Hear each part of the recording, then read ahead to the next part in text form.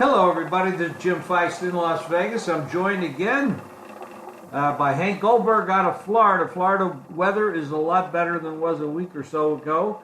And we're down to big 4 games in the NFL this weekend, Hank. And, of course, we've got a full card of college hoops and pro hoops over the next few days to talk about. It's a good time. It's a good time to make some money. And welcome aboard, Hank. Good morning. Let's talk a little basketball real quick, okay? First of all, St. Peter's is playing tonight, and they're getting points. That's all I got to say. I guess that's everybody's free pick for the night. Yeah. Now, I got another question, and that is, should people start worrying about Cleveland? I mean, they got blown out last night. They lost by how many points? They're not playing well at all, except for LeBron. But, is he being asked to carry that team? When he's been asked to carry a team by himself in the past, it hasn't worked out that well. And they're not playing good ball. They're not defending very well. And I'm wondering, is there a problem there? Well, it has been a lot worse than anybody would have expected, that's for sure. I mean, nobody expected them to look this bad. And when tonight they're on the road at Indiana, they open a 4-point favorite, it's down to 2. It's just, they just have not looked like a very good team so far. Now, maybe they'll come together by playoff time. As we've talked about before, a lot of these games, regular season games, don't matter much. It's all about whether you can turn on the engine playoff time, but they got to get out of the East in order to get to the championship. And they got a rival there too. There's a couple rivals in the East that can give you some problems. So I agree. People need to start worrying about them a little bit. You know something? There are a couple of teams in the East who could give them some trouble. Toronto is one. Toronto's pretty good at home. They've got a real good backcourt. Those guys are dangerous. The Celtics, they just had a successful trip to London. They're well coached, and they've got a game breaker on their team, and they've got a pretty deep team. They're not bad. There's some pretty good talent in the East, and I don't write a lot of those teams off. It'll be interesting to see what happens with them.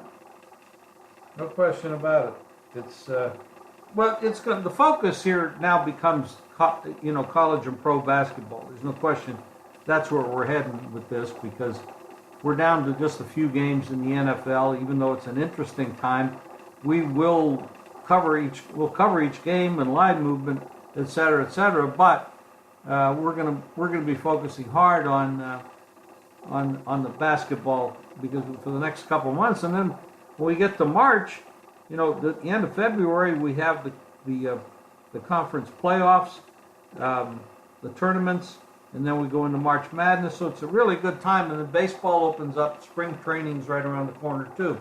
But right now, today, this weekend, we've got 4 games in the NFL. The biggest movement, again, has been, now this Minnesota game is 5, yes. And the total has gone, there's one big shop now is showing 47. Most places, or all the other places, are 46.5. So they're looking for a lot of scoring in this game. Now, it is indoors. It's the only game that's not going to be affected by the weather. Well, unless they open the roof, but that wouldn't be very kind to the people who are paying to see the game. You don't do that to the fans. They're not going to do that. I'll bet good money on that one.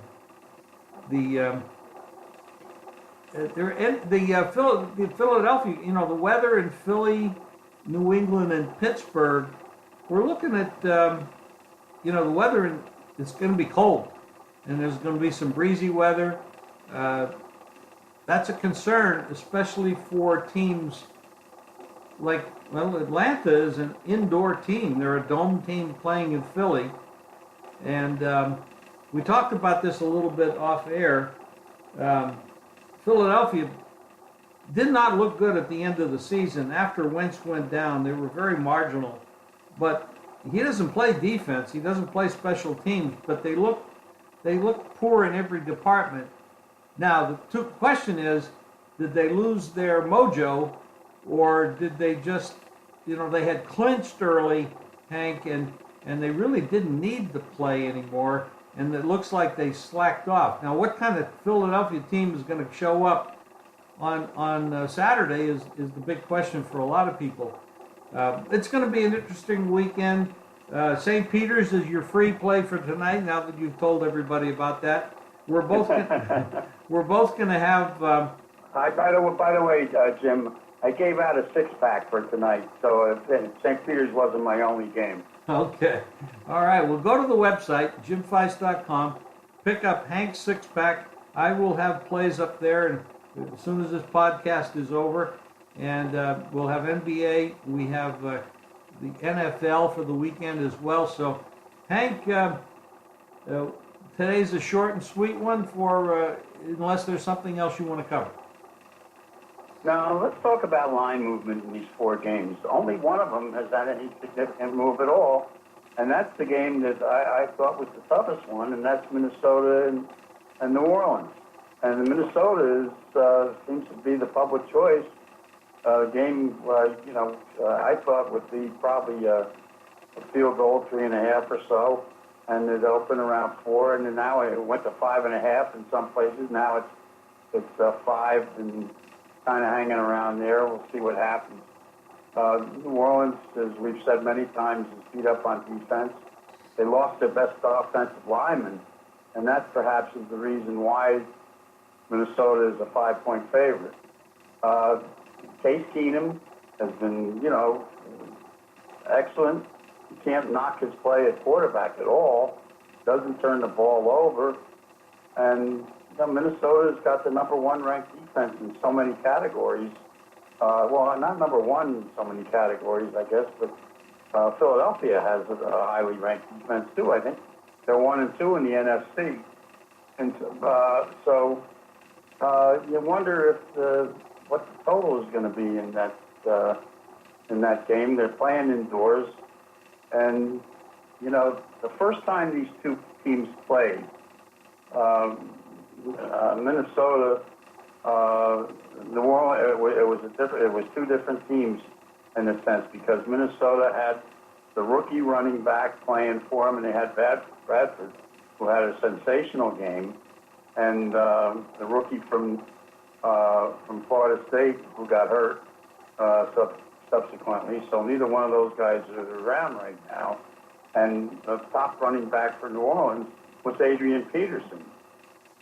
Both those teams have a different look now. So you can throw out that first result. Yeah, and talked about the line movement. I believe the line movement in this game is predominantly because of the New Orleans Saints' defensive injuries. Over the last 2 games, playing against Tampa and against Carolina, they've had the opponent in 35 situations where they have a 3rd down. So that's your opponent had 35 situations where they had 3rd down, and the New Orleans Saints could only stop them 14 times. So 21 out of 35 occasions, the Saints gave up a 1st down. And that is a terrible stat. And that shows you how bad their defense has been playing. Now, last week they were able to overcome it. Drew Brees had a remarkable day throwing the ball. Their running game disappeared against Carolina.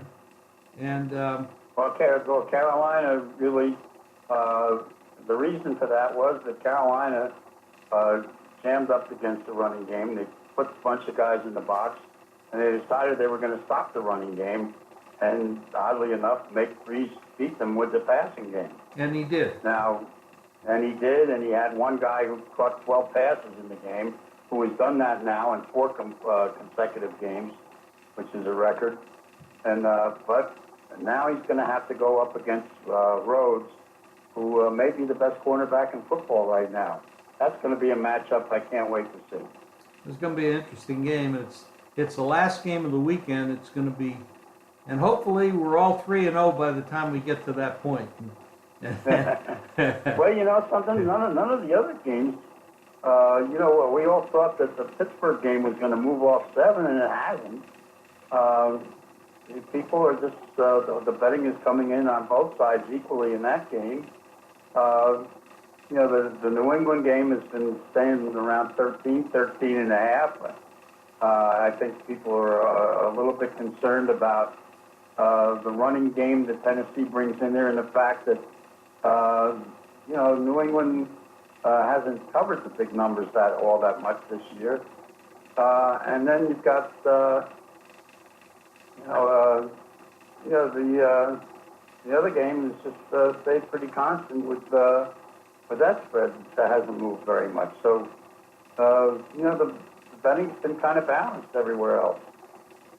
There might be some money laying in the woods out there, some big play from sharps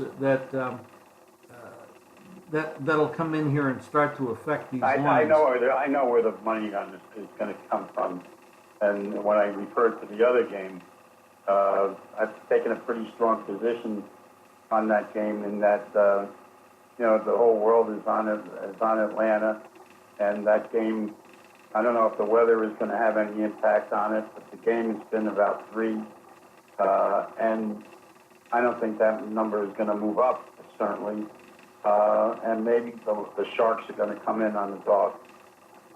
I believe that you know, you're definitely right, because even the 3s out there are showing a bias to the dog. It's so. What about the total? What about the total in that game, Jim? 41 everywhere.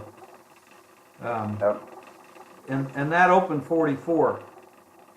You know, well, the weather will bring that number. You know, the weather forecast would probably have an impact on that game. You know, and Atlanta has been an under team this year. They're not the same club as they were a year ago. There's been many games where they haven't scored, you know, 20, 21, 24 points.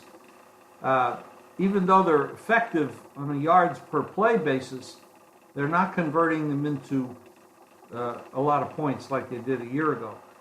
That's because their biggest offensive weapon is their kicker. You know, they can't score in the red zone. You know, their receiver, you know, as great as he is, Jones, only has 4 touchdowns this year, and one of them was last week. They had an occasion last week against the Rams, where the Rams gave up a couple of turnovers early in that game that really changed it around. But in cases where Atlanta had a 3rd down and 6 or more, I think it happened. I'm not 100% sure the number of times, but I think it was 8 or 9 times. They only converted once. This is not the same team. When they lost Shanahan, the offensive coordinator, they really dropped off quite a bit. And now it's going to be Sarkisian against Jim Schwartz, who's actually been a very effective defensive coordinator over the years. The biggest knock against Schwartz is when he was the head coach at Pittsburgh, and he didn't do very well. But as a defensive coordinator, You mean Schwartz when he was at Detroit, not Pittsburgh? yes, Detroit. My bad. Yes, when he was at Detroit, he got a big black eye there because the team didn't do well at all. But as a defensive coordinator over the years, in every place he's been extremely effective. So that's going to be a game within a game. Sarkisian against Schwartz. And, you know, the way Atlanta... Jim, I want to make a point about that Rams game that will not be a factor in this game, and that is that the special teams for the Rams killed them last week. The field position war was the Rams were victimized by the kick return guy who kept dropping kicks the whole game. And he put them in terrible field position where they didn't have to move the ball very far to get in scoring position. And he was brutal, and that had been a strength of the Rams the whole season. He dropped 4 kicks and put them in terrible field position. And that's not going to happen with Philadelphia. No, that's true, and that's what I meant. The special teams really hurt the Rams last week and gave Atlanta a really big boost. And I agree with you. There's going to be money coming in on Philadelphia. The question is, what are you going to get out of Foles? And that's the big bad question in this game. We know he's not a Carson Wentz, that's for sure. But can he be effective? And the last couple of games he's played, he has looked pretty bad. And now it's been a lengthy 2 weeks where they've had a chance to work him in and work some plays for him and come up with a game plan. And for Philadelphia's, they were hoping that he can actually be a sound backup quarterback. Philadelphia is coached by a guy who was schooled by some pretty good coaches in his career, including Don Shula. Remember, he was the quarterback who had to play the game when Shula got his 327th win. And one thing about Shula, when his quarterbacks were hurt, his backups were always ready to play. Don Strock to come in as a substitute and played a great game against San Diego in the playoff game. He had been a backup. Bob Greasy had to relieve Earl Morrall. Earl Morrall had to relieve Bob Greasy. Shula always had those backup quarterbacks ready to perform, and he always made the right decision when it counted the most. And so I think he understands how to prepare a guy to be ready to play in a big game. And I'm sure that his game plan will be suitable for Foles. Yes, that's every Philadelphia Eagle fan is hoping you're 100% right there. The Tennessee game, it's all about Mariota and Henry. Can they run the ball, keep the New England Patriots on the sidelines, keep Brady and Gronk on the sidelines, and play a competitive game? It's going to be cold, and like you said, New England isn't the team they used to be with running up a lot of points. And the question is, can they buckle up and stop that running game that ran for over 200 yards against Kansas City last week?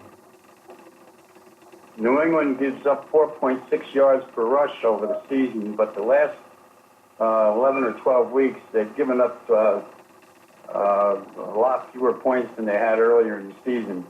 Belichick seems to, and his defensive coordinator have seemed to have straightened out their weaknesses. They're healthy now on defense, and they've had 2 weeks to get ready for this, and probably longer. I think Henry and Mariota will. I don't see Henry running for 152 yards against this defense this week, and I think Mariota will not be able to make all those third down conversions that he was successful in making against Kansas City last week. I think they're going against a defensive battery of 2 great coaches, Belichick and his top assistant. It'll be interesting to see what Tennessee can do against the 2 of them. And Mariota, remember, before he went to Kansas City last week, he was dreadful on the road. Yeah, that's true. It is. He hasn't been. But the spread reflects that. When you take a look at, I mean, you can't argue with anything. The Patriots. I mean, they cover the spread. They win. I mean, they're always underrated when it comes to the spread. And when you look at them, they've covered 9 of the last 10 games. I mean, it's remarkable what they do. And hold on 1 second.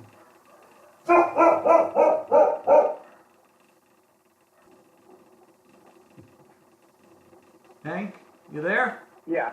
Okay. Yes. Sorry for the interruption, but That's all right. my point was about New England, they have played a rather easy schedule lately. You go back, I mean, just go back to November 12th. Denver, Oakland, Miami, Buffalo, Miami. One tough game, Pittsburgh, Buffalo, and the Jets. You know, they have a very weak strength of schedule. Now, so does Tennessee. You know what? So does I was Tennessee. just going to say, if you go over Tennessee's schedule, Horrible. you know, that argument probably has a stronger case next week if they get Pittsburgh. You know, it's well, they don't play the best teams in football. I mean, they play who they play and who's on their schedule. You can't blame them, you know, but they do win and they do cover. So the question is, when they run up against somebody that's tough, what will they do? This running game situation, and we talked about the drop-off and how well they played against the run lately. You know, I wanted to point out that they were playing some pretty weak opponents. Now, you know, Tennessee didn't play the strongest schedule in the world either, but when you're playing an AFC schedule, most of the AFC teams this year are not that good. And the NFC has the stronger teams overall. And so the adjustment to stopping a good running attack, and Mariota's a lot healthier right now than he had been all season. You know, but you're going to go broke betting against the New England Patriots typically on a year-to-year basis, and they hardly. I mean, they have 9 out of the last 10 games they've covered, so it's pretty tough to bet against them. Hey, you know, Shady McCoy is no slouch. Actually, the Jets had a pretty good running game this year. So you know, some of those teams that you're talking about were okay at running the football. It was the passing games where they came up short. Although the Jets had their moments passing the ball. Yeah, McCown did a decent job with them. Well, I mean, we've covered, I think, most of the games, unless there's something else you want to cover, Hank, that we'll throw in. Not really. I'll have some horses for us this weekend. There's always some good stakes races this time of year. The 3-year-olds are starting to take shape. Last week we had the Exacta and the Sham Stakes, which was the first big 3-year-old race of the year out on the West Coast. And the Pegasus Stakes is coming up in a couple of weeks. My friend Nick Smith is coming in from Ascot for it, so we're going to have dinner a week from Wednesday. And I'll get a good feel for some of the international horses that might be some of the horses to keep an eye on for the Derby. So that'd be good horse information coming up. You're darn right. And Hank, you've done a great job with those. Everybody, I wish everybody out there a healthy weekend, a prosperous weekend. We should have a lot of fun watching these games, both college basketball and NFL. Hank, thank you very much for today, and we'll talk soon. All right, all the best. Have a good weekend, everybody. Don't write off some of these dogs. No, some of the dogs will be barking again, I'm sure.